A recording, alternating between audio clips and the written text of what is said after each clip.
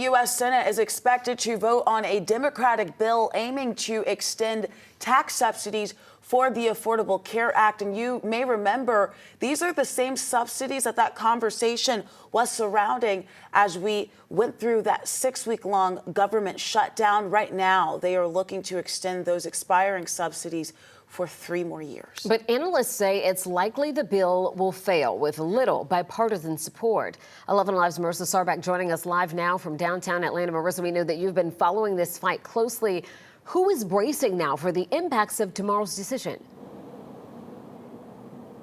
Jennifer, Faith, we know this will impact millions of Americans, whatever happens tomorrow and that decision in the Senate. And this will impact different types of people. We're talking about those living below the poverty line, some small business owners, and contracted gig workers who don't get health care through their employers.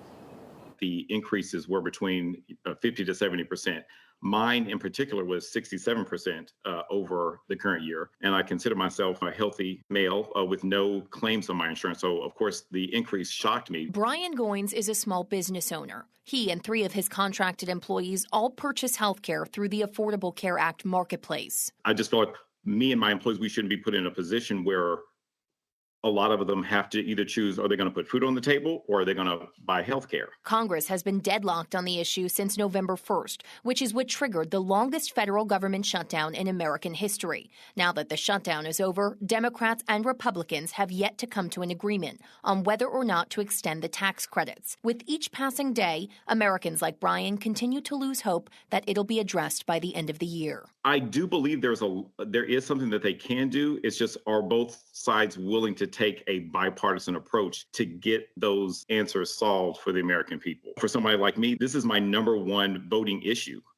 when the midterms come up. Is going to be my health care because that's the biggest crisis that I have going on in my household at the moment.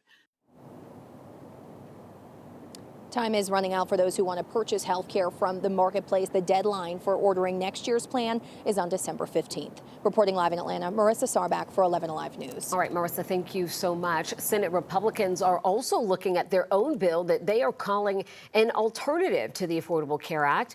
Either bill would need at least 60 votes to move forward. We'll, of course, follow this tomorrow and bring you updates as they come in.